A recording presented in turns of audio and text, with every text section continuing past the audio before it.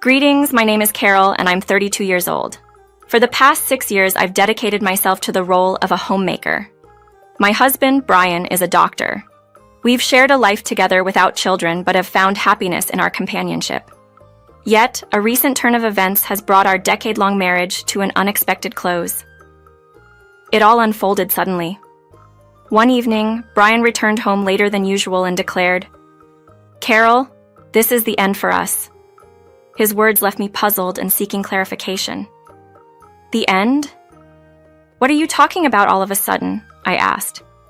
Brian's response was shocking. I've decided to marry my mistress, so we're getting a divorce today. I couldn't grasp the reality of his words. Marry your mistress? What are you talking about? I questioned, but Brian was adamant. I've made up my mind. I'm leaving you and marrying her. Besides, our marriage wasn't based on love, so it shouldn't matter to you, right? Indeed, our marriage wasn't a love story from the start. Pressured by his parents to marry, Brian found in me a suitable match. Our acquaintance was brief before we tied the knot, sharing only a common surname as a quirky coincidence. This semblance of destiny, coupled with the societal rush towards marriage, led me to agree to the union. Despite the lack of a deep emotional foundation, we managed our marriage competently for 7 years. Yet, the idea of it ending so abruptly was unthinkable. As Brian revealed his affair with a nurse from his hospital, his words cut deeper. He described her as charming and caring, qualities he felt were absent in me. According to him, their connection was inevitable. His harsh judgment of our life together and the comparison he made between me, a homemaker, and his mistress, a nurse, was unbearable. He claimed that anyone would prefer her over me. After a moment of stunned silence, I found the strength to respond. Fine, let's get a divorce. The notion of continuing a life with someone capable of such cruelty was unimaginable. I proposed that we handle the details of our separation, including alimony and property division, through legal channels. This revelation marked the end of a chapter in my life, one that started without love and ended in a betrayal I never saw coming. I resolved to sign the divorce documents and forward them later, planning to return to my parents' home in the interim.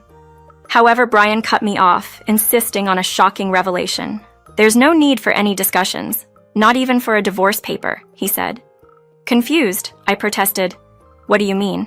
Without a divorce, you can't remarry. But Brian's reply was dismissive and cruel. You're so naive, it's pathetic. The truth is, I never filed our marriage registration. We've been nothing more than cohabitants, not a legally married couple. This means no divorce, no alimony, no division of property. You thought you'd get a share of my wealth in the divorce, but you won't receive anything. I was stunned. The day we were supposed to have our marriage registered, I couldn't accompany him due to an urgent commitment, trusting him to complete our union officially. But he revealed he never did. Not submitted? Are you joking?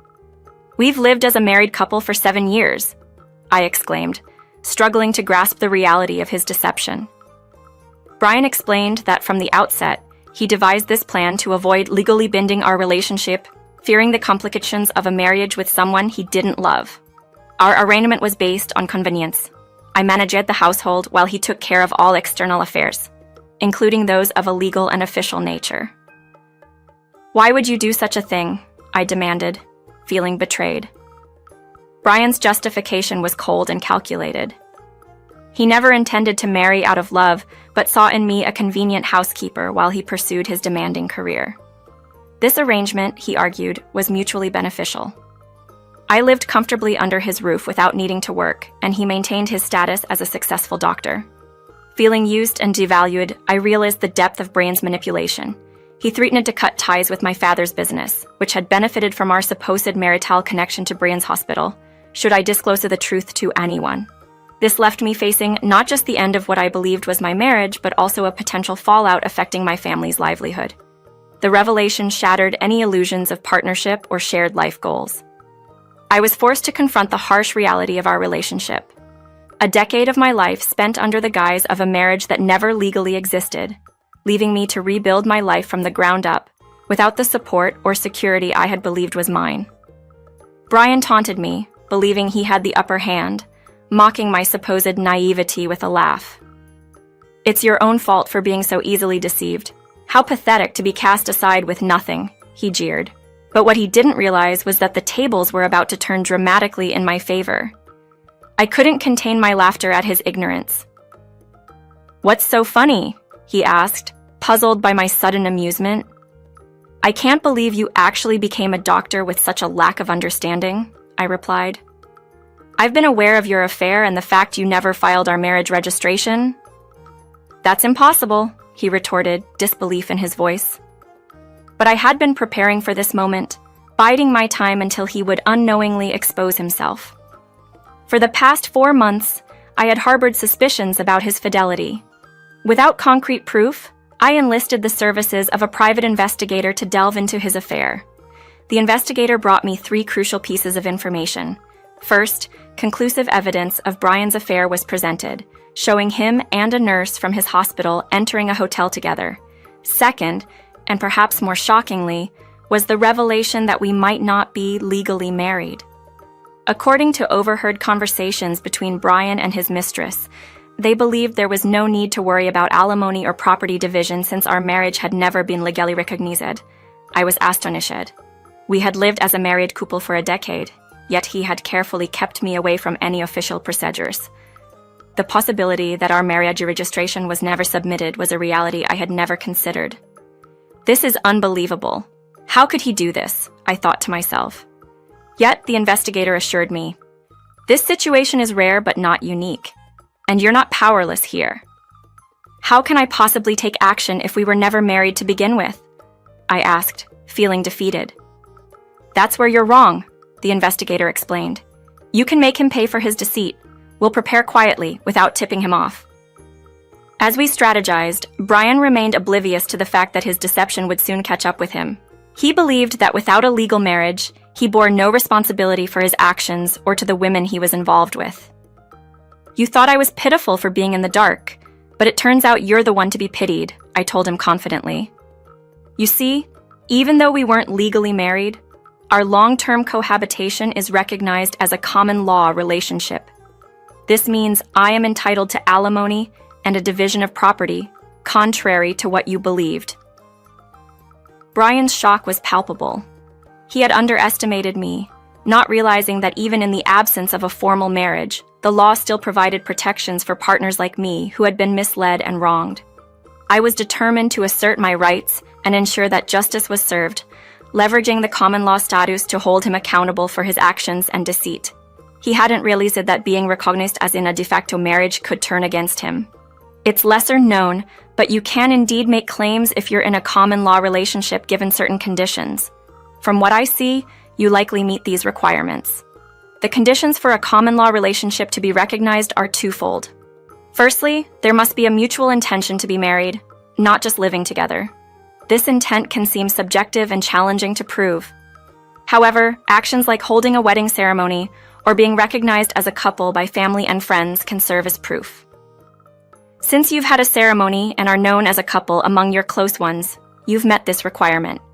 The second requirement involves living together in a manner similar to a married couple, which includes sharing a life and household responsibilities for over 4 years. Given that you've been living together for a decade and have shared household finances, your relationship qualifies as marital. This means you're eligible to claim alimony and property division. Although I'm not a specialist in this area, I'll connect you with a lawyer who can guide you through the process of making these claims. After consulting with the lawyer I was referred to, it became clear that I could indeed claim alimony and property division from my partner. When I informed him, his previous arrogance vanished, replaced by shock. Despite his claim that I, an unemployed woman, would have nowhere to turn after our separation, I reassured him of my preparedness. With a job lined up and a new place in sight, he underestimated me, thinking I'd be lost without him, but I was already stepping ahead. I also mentioned discussing our situation with his parents, which seemed to worry him further, especially regarding his family's business ties and the potential fallout from our split. Despite his sudden pleas for me not to call our parents, the decision to reveal the truth wasn't his to control. Our relationship's facade was crumbling, and it was time to face the consequences, regardless of his fears. Are you serious? From the very beginning, you could have stood up against the marriage if you were against it. To live selfishly within a marriage for a decade and now fear the discovery by your parents is baffling. Your story doesn't sit right with me, and I plan to inform both our parents about the situation. Consequently, I reached out to both families, and upon hearing my narrative, they were deeply shocked, leading to an urgent gathering at our home. During the meeting, it was revealed over the phone that for 7 years a facade of marriage was maintained without officially registering it. Accusations flew as the son confessed to his actions, blaming his parents for pressuring him into marriage without his consent. Despite their intentions for him to marry, his agreement was under duress, fearing backlash if he objected. He justified his actions by citing an example from the internet of someone in a similar predicament who chose not to register his marriage until he met his true love. This revelation was met with disdain, especially when he expressed his intent to marry his girlfriend for a real marriage. The conversation then shifted to the vows taken at the wedding, highlighting the promise to cherish and create a joyful home. The parents lamented the deception and the illusion of happiness that was promised to their daughter. The betrayal was not just personal, but extended to threats of severing business ties if the truth was revealed. This confrontation ended with a stark realization of the facade maintained for 7 years, challenging the essence of sincerity and commitment in relationships. The story underscores the consequences of decisions made under familial pressure and the profound impact of honesty and transparency in fostering genuine connections. The situation spiraled out of control because of your own decisions. You were the one who threatened to end our business relationship, leading to my husband's absolute dismay at this unexpected accusation. "Hold on, let's not rush things and try to have a calm discussion," he pleaded, but tension escalated quickly. My father-in-law, infuriated, confronted my husband directly for his deceitful behavior, highlighting the disappointment and betrayal felt due to his actions. "By choosing not to register our marriage, you may have thought you were doing yourself a favor, but in reality, Carol suffered because of your selfishness for an entire decade. What justified causing such distress to her and everyone involved?" The room fell into a heavy silence, with my husband at a loss for words in response to the severe reprimand. "My apologies for the chaos this have caused," my father-in-law expressed, indicating that the responsibility partly lay with them for not guiding him better. They decided to take him back to his childhood home to reflect on his actions and prevent further reckless decisions. "We are sincerely sorry for the turmoil," they said, escorting my husband away. "You've endured so much. Why not come home and rest for a while? You shouldn't have to worry about any of this right now," my parents suggested, noticing my fatigue and the deceit I had faced. Despite their genuine concern, I chose to stay in my home, feeling determined to settle matters with my now ex-husband. I began preparing for the legal proceedings, collecting evidence to establish our common law relationship, and aiming for an equitable division of assets and alimony. 2 weeks later, during discussions about the settlement, my ex-husband balked at the notion of dividing his assets. "Why should I share my earnings and possessions? I've provided everything over the years while she stayed at home," he argued, struggling to come to terms with the concept of sharing his wealth. The lawyer explained patiently, "The earnings and possessions you've acquired during your time together are indeed subject to division. Consider who managed the household, prepared meals, and contributed to a supportive living environment while you worked. These contributions have significant economic and emotional value." Frustrated, my ex-husband failed to see the importance of the homemaker's role, to which the lawyer responded, "Your ability to work and live comfortably was directly supported by her efforts at home. Recognizing the value of household management is crucial. Your current situation stems from your decisions, and it's unfair to overlook the sacrifices made during your relationship." This encounter highlighted the complexities of navigating the end of a relationship, the importance of acknowledging both partners' contributions, and the need for fair resolution in the wake of separation. In the midst of the property division discussions, it was clarified that she rightfully deserved half of the assets, a standard procedure in such situations. Furthermore, the request for alimony was set at $250,000, a figure that stunned him due to the unconventional nature of their relationship. The high amount was justified by the lengthy period of pretense and the abrupt manner in which he attempted to dismiss her for someone new. This sum reflected not just the duration, but also the depth of his deceit. He was taken aback, unable to digest the reality that a decade, which he underestimated, was a significant chunk of time. Throughout these years, she had lived and contributed as if in a legally recognized marriage, making his protests void in the face of his actions. He had no ground to stand on and was compelled to accept the terms laid out to him. Adding another layer to this complex situation, a notice for alimony was also sent to his new partner, who was evidently unaware of the potential financial implications of their affair. The discovery of the claim left her bewildered, confronting him in a place where privacy was scarce, leading to an awkward and public dispute over the responsibility of the alimony payment. Their argument, filled with accusations and denials, inadvertently exposed their relationship to the entire hospital staff, turning their private affair into public gossip. This public debacle, coupled with my father's decision to end a professional contract with the hospital, only added to the scandal. When the hospital inquired if the termination was related to the affair, it was evident that the rumors had spread far and wide, making the affair not just a personal issue, but a professional liability as well. This sequence of events not only highlighted the consequences of deceit and infidelity, but also underscored the importance of transparency and accountability. The legal and personal fallout from his actions served as a stark reminder of the far-reaching impacts of one's choices, especially when those choices harm others. The revelation that a nurse was implicated in a dramatic episode caught everyone off guard. It was shocking to learn that for a decade, he had led everyone to believe he was married without ever making it official through marriage registration. This deception, once uncovered, sparked widespread disbelief and disapproval among the hospital staff. How could Dr. Bryan engage in such deceit, pretending to be married, and simultaneously have an affair with a nurse? They wondered.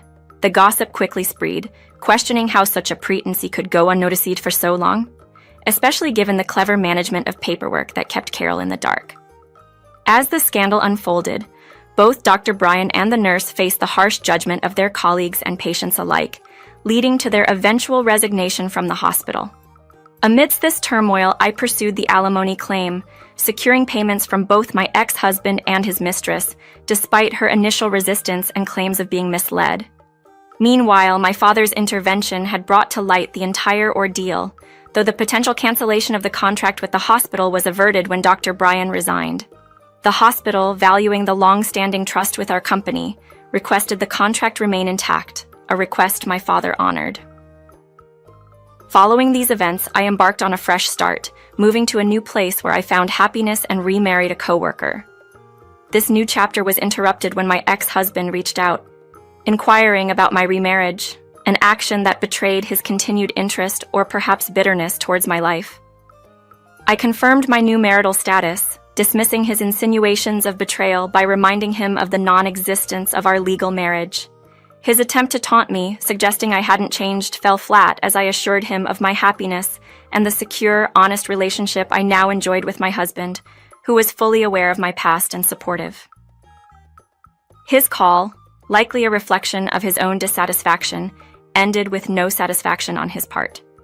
Whether he finds contentment in his life remains uncertain, but it's clear that without a change in his self-serving behavior, genuine happiness may continue to elude him. My focus, however, remains on the joy and stability I've found in my new life, undeterred by the shadows of the past.